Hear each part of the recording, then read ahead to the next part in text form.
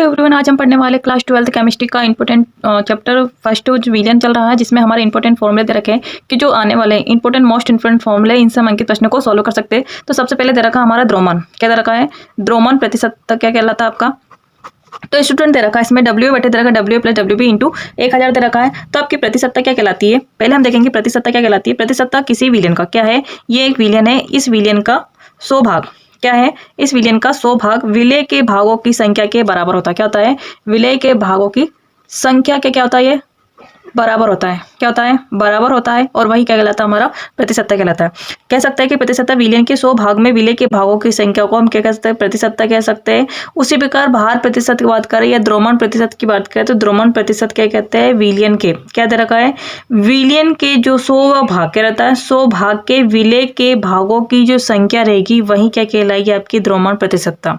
क्या कहती? ये विलयन है, विलयन के 100वें भाग क्या है? विलयन के 100वें भाग में विलय के जो दे रखा है भागों की जो संख्या रहेगी वही क्या कहलाएगी? आपकी द्रोमन प्रतिशतता कहलाएगी। Clear student? अगर हम बात करें किसकी? आयतन प्रतिशत की। किसकी बात करें? आयतन प्रतिशत। तो आयतन प्रतिशत क्या बताया?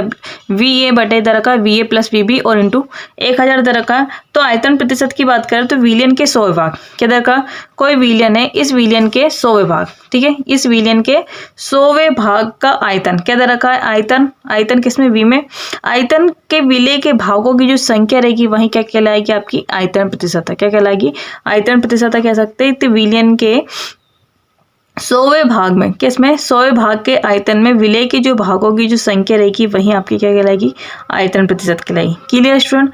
अगर हम बात करें किसकी? नॉर्मलता की, तो नॉर्मलता क्या होती है कि विलयन का 1 लीटर में तुल्यांकी भारों की संख्या क्या दे रखा है? विलयन की एक तुल्यांकी भारों की संख्या को क्या कहते हैं? हम नॉर्मलता कहते हैं। क्या कहते हैं? नॉर्मलता कहते हैं कि विलयन के 1 लीटर में ग्राम तुल्यांकों की संख्या नॉर्मलता कहते हैं, जिसे हम कैपिटल एन से प्रेजेंट करते हैं। किससे करते हैं? कैपिटल एन से प्रेजेंट करते हैं। तो जो हमारा फॉर्मूला बनेगा कि ग्राम प्रति लीटर आयतन लीटर विलयन में विलय का द्रव्यमान बटे विलय का ग्राम तुल्यांक द्रव्यमान। क्लियर? इस टाइप से बन सकता है। एन बराबर डब्ल्यू बी इंटू 1000 बटे दे रखा है ई बी इंटू विलयन, जो आयतन दे रखा है, वॉल्यूम दे रखा है और मिलीलीटर में दे रखा है। किसमें दे रखा है? मिलीलीटर में दे रखा है। इस टाइप से आप नॉर्मलता से इंपोर्टेंट फॉर्मूला है ये, और इससे अंकित प्रश्नों को आप सॉल्व कर सकते हैं। उसके बाद दे रखा मोलरता। मोलरता क्या होता है स्टूडेंट? तो मोलरता की परिभाषा कैसे बन सकती है कि विलयन में 1 लीटर विलय में मोलों की संख्या क्या दे रखा है? विलयन में 1 लीटर विलय के मोलों की संख्या क्या कहलाएगी? आपकी मोलरता कहलाती है। और मोलरता को हम कैपिटल एम से प्रेजेंट करते हैं। किससे प्रेजेंट करते हैं? कैपिटल एम से प्रेजेंट करते हैं। तो स्टूडेंट इसका जो बनता है फॉर्मूला क्या बनता है? ग्राम प्रति लीटर विलयन में विलय का द्रव्यमान बटे विलय के आणविक द्रव्यमान क्या दे रखा है? विलयन का आणविक द्रव्यमान। तो एम क्या दे रखा है आपका?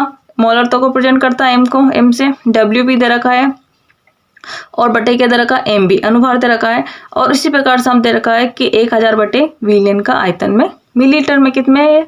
मिलीलीटर है आयतन में। क्लियर? तो इस टाइप से परिभाषा बन सकती है। विलयन के 1 लीटर विलय में मोलों की जो संख्या रहेगी वही क्या कहलाएगी? आपकी मोलरता कहलाएगी। ठीक है? उसी के बाद मैं करूं मोलरता की बात करूं तो मोलरता क्या होती है मेरी? मोलरता क्या होती है स्टूडेंट? इसमें मेरी मोलरता क्या रही है कि 1 किलोग्राम क्या दे रखा है? 1 किलोग्राम कह सकते हैं 1 किलोग्राम विलायक में विलय का द्रव्यमान बटे विलय का आणविक द्रव्यमान। ये मेरा क्या दे रखा? फॉर्मूला दे रखा है। इस टाइप से मैंने इसको भी बना सकता है। एम बराबर डब्ल्यू बी बटे एम बी इंटू 1000 बटे डब्ल्यू दे रखा। तो कह सकते हैं कि विलायक का 1000 ग्राम में क्या है? विलायक का 1000 ग्राम में विलय के मोलों की संख्या मोलरता कहलाएगी। क्या कहलाएगी? मोलरता कहलाएगी। विलायक के 1000 ग्राम में विलय के मोलों की संख्या को मोलरता कहते हैं। क्लियर? अगर हम बात करें किसकी? मोल प्रभाज की, तो मोल प्रभाज क्या होता है स्टूडेंट मेरा?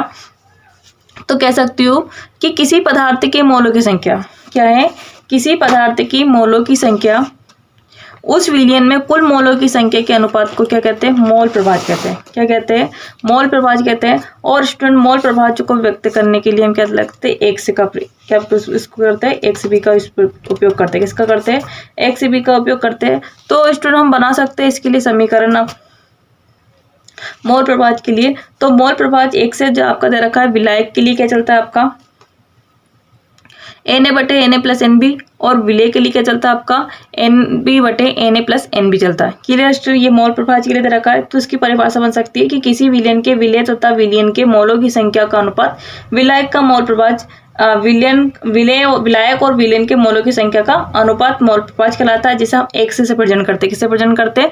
x से प्रेजेंट करते हैं। ठीक है स्टूडेंट, यहाँ पर माना कि दो घटक लेके चलते हैं a और b। क्या घटक? a और b दो घटक लेके चलते हैं, जिसका मान क्या होता है Na+Nb होता है। और यहाँ दोनों घटक एक से ये विलायक और विलय दोनों के लिए लेके चलते हैं। क्लियर? इस टाइप से आप क्या कर सकते हैं, इनका अंकित प्रश्न सोल्व कर सकते हैं, न्यूमेरिकल क्वेश्चन को सोल्व कर सकते हैं आसानी से। अगर हम बात करें फॉर्मलता, तो स्टूडेंट मेरी फॉर्मलता क्या कहती है? तो फॉर्मलता क्या होती है? तो फॉर्मलता को डिफाइन करेंगे। फॉर्मलता कह सकते हैं कि 1 लीटर विलयन में विलय के ग्राम सूत्रों की संख्या क्या दे रखा है? 1 लीटर विलयन में उपस्थित ग्राम सूत्रों के विलय के भागों की जो संख्या रहेगी मेरी क्या कहलाएगी? फॉर्मलता कहलाएगी। और फॉर्मलता को मैं इस कैपिटल F से प्रेजेंट करती हूँ। किससे प्रेजेंट करती हूँ? कैपिटल F से प्रेजेंट करती हूँ। तो स्टूडेंट में इसके लिए जो फॉर्मूला बनेगा, फॉर्मलता बराबर क्या होता है? विलय के ग्राम सूत्र द्रव्यमानों की संख्या बटे लीटर विलयन का लीटर में आयतन। इस टाइप से बना सकते हैं। तो जहाँ पे हमारा दे रखा है ग्राम लीटर का विलयन में आयतन बटे विलय का ग्राम सूत्रों में द्रव्यमान, इस टाइप से हमारा फॉर्मूला है। तो मैंने ये दे रखा है आपका, क्या दे रखा है? ये विलय का द्रव्यमान क्या दे रखा है? विलय का द्रव्यमान बटे दे रखा है विलय का ग्राम सूत्र द्रव्यमान, और इंटू में क्या दे रखा है? 1000 बटे जो आयतन दे रखा है विलयन का आयतन मिलीलीटर में। इस टाइप से मेरा ये समीकरण फॉर्मूला तैयार किया गया। तो इस टाइप से आप किसी भी की तरह से फॉर्मूला ज्ञात कर सकते हैं। अंकित प्रश्न फॉर्मूला वाला इस फॉर्मूले से ज्ञात कर सकते हैं। Clear student? मेरा वाष्प दाब में अपेक्षित अवनमन क्या करता है? वाष्प दाब में अपेक्षित अवनमन क्या होता है कि स्टूडेंट आपका N नोड A दे रखा है, माइनस का Na दे रखा है। वाष्प दाब में अपेक्षित अवनमन क्या होता है स्टूडेंट? P नोड A दे रखा है, माइनस का Pa दे रखा है, P नोड A बटे दे रखा है, और बराबर करके लिखा है XB बराबर क्या दे रखा है? NB बटे दे रखा है आपका Na+Nb दे रखा है। ये वाष्प दाब में अपेक्षित अवनमन ज्ञात करने के लिए ज्ञात कर सकते हैं कि विलयन का अपेक्षित अवनमन क्या कहलाता है आपका? कि विलय के मोलों की जो प्रभाज की संख्या किसके बराबर होती है? मोल प्रभाज के बराबर होती है। जहाँ पे हमारा मोल प्रभाज क्या सकता है? 1 से 1 लिख सकते हैं। क्या लिख सकते हैं? 1 से 1। ठीक है। विलय के लिए क्या लिखते हैं? 1 से विलय के लिए 1 से B, और विलायक के लिए क्या लिखते हैं हम? 1 से लिखते हैं। क्या है? विलय के लिए। क्लियर? उसी प्रकार हमारे वाष्प दाब में अनुभव बढ़ सकता है कि जहाँ पर हमारे दे रखा है कि Mb बराबर दे रखा है WB, और Ma दे रखा है P नोड A, और P नोड A पर माइनस Pa इंटू में क्या दे रखा है? WA दे रखा है। इस टाइप से इसको सॉल्व कर सकते हैं। वन टॉप समीकरण को हम सॉल्व करेंगे कि वन टॉप समीकरण क्या कहता है। कि वन टॉप समीकरण दिया हमारा पाई बराबर क्या होता है? CRT किसके लिए होता है? परासन दाब के लिए होता है। जहाँ पे हमारा फॉर्मूला बनता है NB बराबर WB बराबर RT बट M बराबर बटे में दे रखा पाई V। ठीक है। इसी प्रकार से हिमांक के मामलों में क्या बनता है हमारा? डेल्टा TF बराबर KFM। ठीक है ना। MB इसका आणविक द्रव्यमान ज्ञात करें तो क्या होगा? KF इंटू WP इंटू 1000 दे रखा, और डेल्टा TF बराबर इंटू WA दे रखा है। ठीक है। अगर हम क्वथनांक में उन्नयन की बात करें तो क्वथनांक में उन्नयन क्या होता है? अवाष्पशील विलय का विलायक में घोलने पर होने वाले क्वथनांक में वृद्धि क्या कहलाती है मेरी? क्वथनांक में उन्नयन कहलाती है। क्या कहलाती है? क्वथनांक में उन्नयन कहलाती है। उसी प्रकार हिमांक के अवनमन क्या कहलाता है मेरा?